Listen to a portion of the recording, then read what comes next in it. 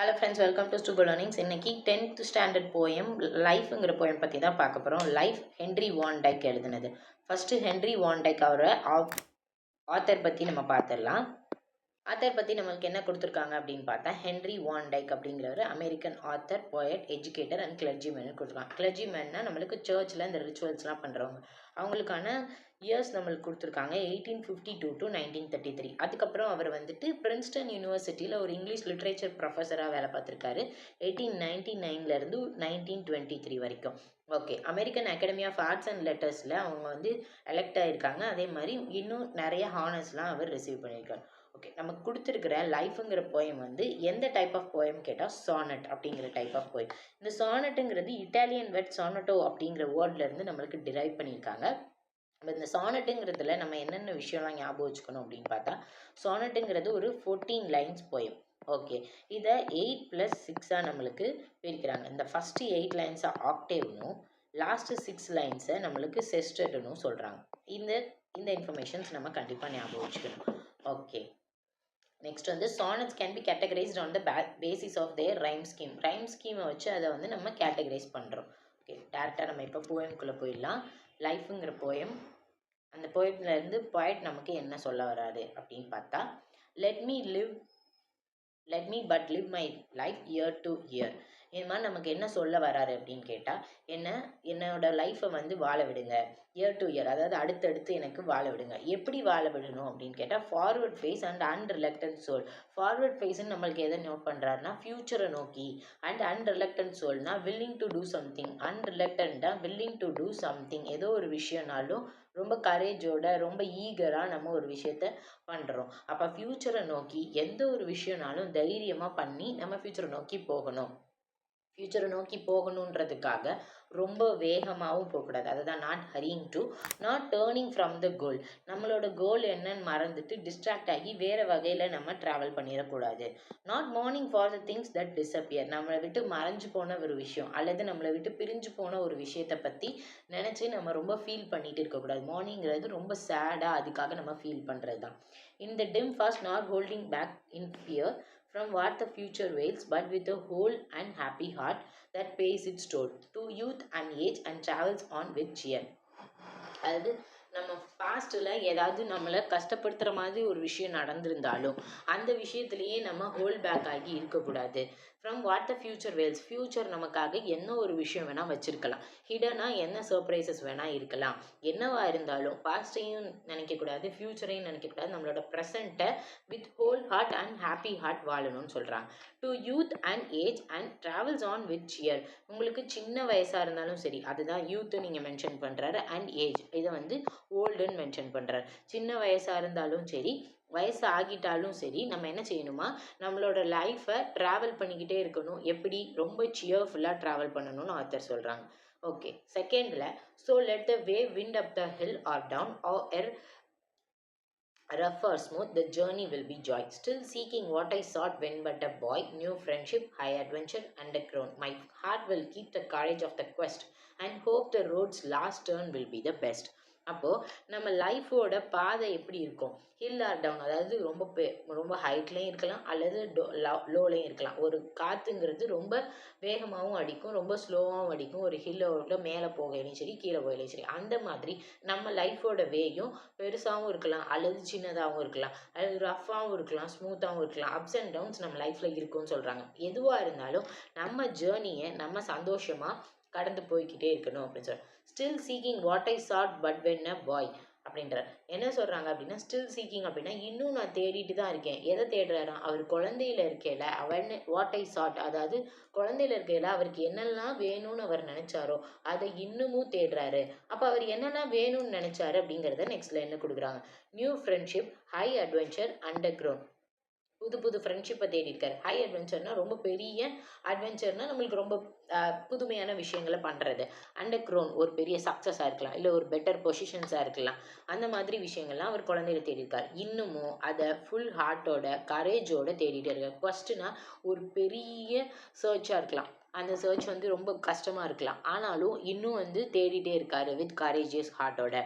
And hope the road's last turn will be the best. அவர் என்ன மனசில் நினச்சிட்டு இதெல்லாம் ரொம்ப சந்தோஷமாக ரொம்ப தைரியமாக தேடுறாரு அப்படின்னா லைஃபோட எண்டில் நமக்கு கண்டிப்பாக ஒரு பெஸ்ட்டு நமக்கு இருக்கும் அப்படின்னு அவர் மைண்டில் ஃபிக்ஸ் பண்ணிவிட்டு அந்த பெஸ்ட்டு நோக்கி ட்ராவல் பண்ணிட்டே இருக்கார். ஆத்தர் நம்மளையும் நம்ம லைஃப்பை இந்த மாதிரி அப்ஸ் அண்ட் டவுன்ஸ் இருந்தாலும் சரி, பாஸ்ட் ரொம்ப மோசமாக இருந்தாலும் சரி, ஃப்யூச்சரில் என்ன இருக்குதுன்னு யோசிக்காமல் எதையும் யோசிக்காமல் ப்ரெசண்ட் லைஃப்பை ரொம்ப ஹாப்பியாக ரொம்ப தைரியமாக ரொம்ப சியர்ஃபுல்லாக வாழணும்னு சொல்கிறார். ஓகே, இதுக்கான அப்ரிசியேஷன் கொஸ்டின்ஸ் எல்லாம் நம்ம பார்த்துடலாம். நெக்ஸ்ட் ஃபிகர்ஸ் ஆஃப் ஸ்பீச்சும் பார்த்துடலாம். அப்ரிசியேஷன் கொஸ்டினில் ஃபர்ஸ்ட் கொஸ்டின் என்ன கேட்டுறாங்க, ஹூம் டஸ் த மீ ரெஃபர்ஸ் டு அப்படின்னா மீ ரெஃபர்ஸ் டு ஆத்தர். இங்கே வந்து ஆத்தர் தான் ஃபுல் அண்ட் ஃபுல் இந்த கதையை பேசுகிறாரு. ஸோ ஆத்தர் தான். What kind of life does the poet want to lead. அவர் எந்த மாதிரி லைஃப்பை வாழணும்னு ஆசைப்பட்டாருன்னு கேட்டால் கரேஜியஸ் அண்ட் வில்லிங்னஸ், இந்த மாதிரி கரேஜாகவும் வில்லிங்காகவும் இருக்கணும் லைஃப் ஃபுல்லாக அப்படின்னு ஆசைப்பட்டார். Why do you think the poet is not in a hurry. poet வந்து ஒரு விஷயத்தில் அவசரம் காட்டாமல் ஏன் இருக்காருன்னு நினைக்கிறீங்க அப்படின்னு கேட்குறாங்க. அதாவது பாஸ்ட்டை பற்றியும் சரி ஃப்யூச்சரை பற்றியும் சரி அவர் பெருசாக கண்டுக்கலை, ஜஸ்ட் ப்ரெசண்ட்டை வாழ்கிறார். அதனால அவர்கிட்ட பெருசாக ஒரு வேகம் கிடையாது, ஹரி இல்லாமல் ரொம்ப காமாக வாழ்கிறார். What should one not Mon for. எந்த விஷயத்தை பற்றி நம்ம வந்து கவலைப்படக்கூடாது அப்படின்னு சொல்கிறாருன்னா திங்ஸ் தட் டிஸப்பியர், நம்மளை விட்டு போன விஷயத்தை பற்றி நம்ம கவலைப்படக்கூடாது அப்படின்னு சொல்கிறார். Next, what does the poet mean by the phrase in the dim past. Dim ஃபாஸ்ட்டுங்கிறத நம்மளுக்கு என்ன மீன் பண்ணுறாரு அப்படின்னு பார்த்தோம்னா பாஸ்டில் ஏதோ நமக்கு வந்து ஒரு நமக்கு பிடிக்காத விஷயமோ இல்லை நமக்கு சக்ஸஸ்ஃபுல்லாக இல்லாமல் சோகமான ஏதோ ஒரு விஷயம் நடந்திருக்கும், அதை நம்ம கொண்டுக்கிட்டே இருக்கக்கூடாது, அதை வந்து நம்மளோட வச்சுக்கிட்டே ஹோல்ட் பேக் பண்ணிக்கிட்டே இருக்கக்கூடாதுன்றது தான் டிம் ஃபாஸ்ட் அப்படின்னு சொல்கிறாங்க. Is the poet afraid of future அப்படின்னு கேட்டால் ஃப்யூச்சரை பற்றி அவருக்கு பயமும் இல்லை, பாஸ்ட்டை பற்றி அவருக்கு கவலையும் இல்லை. அப்போ no. How can one travel on with cheer. எப்படி நம்ம சியரோட வாழ்கிறது அப்படின்னு கேட்குறாரு. என்னென்னா with full and happy heart, with whole and happy heart அப்படி தான் நம்மளுக்கு போயட் வந்து இந்த போயமில் சொல்கிறாங்க. ஹோல் அண்ட் ஹாப்பி ஹார்ட்டோட நம்ம சியர்ஃபுல்லாக இந்த லைஃப்பை லீட் பண்ணணும் அப்படின்னு சொல்கிறாங்க. Okay, so let the way how is the way of life. Way of life எப்படி நமக்கு இருக்கும் அப்படின்னு கேட்டால் அப்ஸ் அண்ட் டவுன்ஸாகவும் இருக்கலாம், அல்லது ரஃப் ஆர் ஸ்மூத்தாகவும் இருக்கலாம். ஒரே நேரம் மாதிரி எல்லா நேரமும் இருக்காது, லைக் ஒரே மாதிரியே இருக்காது, ஸ்மூத்தாகவும் இருக்காது அல்லது ரஃப்பாகவும் இருக்காது, ரெண்டுமே நம்மளுக்கு கலந்து தான் இருக்கும். How should be the journey of life. இது வாழ்க்கை எப்படி வேணால் இருக்கட்டும், ஆனால் நம்ம அதை கடந்து போகிற ஜேர்னியை எப்படி வச்சுக்கணும் அப்படின்னு சொல்கிறாரு ஆத்தர். ஜாய்ஃபுல்லாக வச்சுக்கணும்னு சொல்கிறார். What did the poet seek as a boy. As a பாயா அவர் ஒரு 3 விஷயத்துக்கு சீக் பண்ணுறாரு. எந்தெந்த 3 விஷயம்? New friendship, high adventure and crown. Next வந்து what kind of quest does the poet seek here. இந்த 2 லைனில் அவர் வந்துட்டு எதை வந்து சீக் பண்ணுறாரு அப்படின்னு கேட்டால் கரேஜியஸ் ஹார்ட்டை தான் சீக் பண்ணுறாரு. What is the poet's hope. அவரோட ஹோப் என்ன? லாஸ்ட்டாக அல்லது அட் த எண்ட் நம்ம லைஃப் வந்து நம்மளுக்கு ஏதோ ஒரு விஷயத்த பெஸ்ட்டாக வச்சுருக்கோம், the end will be the best அப்படிங்கிற ஒரு நம்பிக்கையோடு தான் அவர் கடந்து போயிட்டு இருக்கார். இதில் வந்துட்டு ரைமிங் வேர்ட்ஸை நம்மளுக்கு பிக் பண்ண சொல்லியிருக்காங்க. ஃபியரும் சியர் இது ரெண்டும் எனக்கு ரைமிங் வேர்ட்ஸ், அதே மாதிரி ஹோல் டோல் இது ரெண்டும் ரைமிங் வேர்ட்ஸ். ஓகே, நெக்ஸ்ட் கொஷினில் என்ன பண்ணுறாங்க, நம்மளுக்கு ரைமிங் ஸ்கீமை வந்துட்டு எடுக்க சொல்கிறாங்க. அப்போ இயருங்கிறதுக்கு நான் ஏன்ற ஒரு வேர்டு கொடுத்துட்றேன். அடுத்து சோலுங்கிறது இயருக்கு எனக்கு ரைமிங் அல்ல, ஸோ நான் அந்த வேர்ட் கொடுக்குறேன் பீனு. இதுவே கோலும் சோலும் ஒரே மாதிரி இருக்கான்னு கேட்டால் ஒரே மாதிரி இருக்குது. ஸோ பிங்கிற ரைம் ஸ்கீமில் நம்ம இதை டிஃபைன் பண்ணலாம். அல்லது இந்த இடத்துலையும் உங்களுக்கு வேறு ஒரு சவுண்டில் இருக்குன்னா நம்ம we can name that as C. Okay, இப்போ இந்த இயரும் டிஸப்பியரும் எனக்கு சேமாக இருக்குது, அதனால் ஏபிபிஏங்கிறது தான் இந்த 4 லைனுக்கான rhyming scheme. Okay, figures of speech எல்லாமே பார்த்துட்டோம் அப்படின்னா இந்த போயமோட எல்லா விஷயங்களும் நம்மளுக்கு முடிஞ்சிடும். ஃபிகர்ஸ் ஆஃப் ஸ்பீச் பார்த்தோம் அப்படின்னா ஃபஸ்ட்டு அலிட்ரேஷன்ஸ் பார்க்கலாம். எல்னு இந்த லைனில் வந்து 3 எல் ரிப்பீட் ஆகிருக்கு, விட் இஸ் அலிட்ரேஷன். ஒரு லெட்டரோட ஃபஸ்ட்டு லெட்டர் சேமாக இருக்கிறத நம்ம அலிட்ரேஷன் சொல்கிறோம். அப்போ இங்கே ஃபார்வர்ட், ஃபேஸ் அந்த மாதிரி இங்கே ஒரு லைன் இருக்குது. அதே மாதிரி இங்கே வே, விண்ட், அப்புறம் வந்துட்டு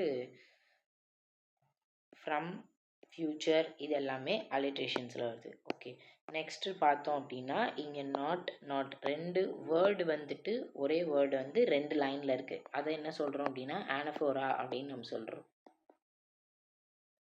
ஆனஃபோரா. அதுவே இந்த இயர் டு இயருங்கிற ஒரே வேர்டு வந்து ஒரே லைனில் 2 வாட்டி வந்திருக்கிறது ரிப்பீட்டேஷன் அப்படின்னு சொல்கிறோம். ஓகே, நெக்ஸ்ட் வந்துட்டு மெட்டஃபர்.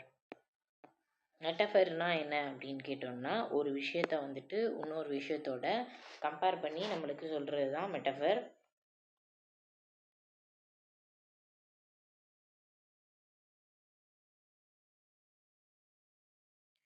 அது உவமைப்படுத்தி சொல்கிறது தான் நம்ம மெட்டஃபர்னு சொல்லுவோம். இந்த இடத்துல டிம் பாஸ்ட்னு சொல்லி நம்மளுக்கு பாஸ்ட்டை வந்து ஒரு டிம்மோட வந்து நம்மளுக்கு கம்பேர் பண்ணியிருக்காரு. அதை மெட்டஃபர்னு சொல்கிறோம்.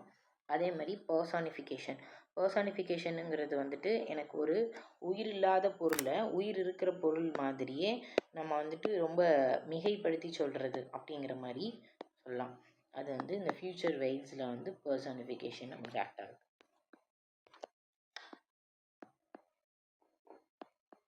இதை தாண்டி இன்னொரு ஃபிகர்ஸ் ஆஃப் ஸ்பீச் இங்கே என்ன இருக்குது அப்படின்னு கேட்டோம்னா ஆக்சிமோரான்.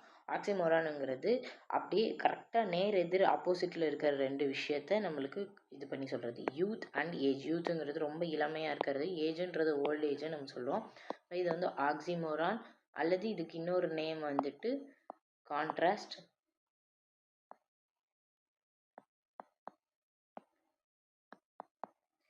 அதே மாதிரி இன்னொரு எங்கே இருக்குது, rough or smooth, hill or down, இது எல்லாமே ஆக்சிமோரானில் வந்துடும்.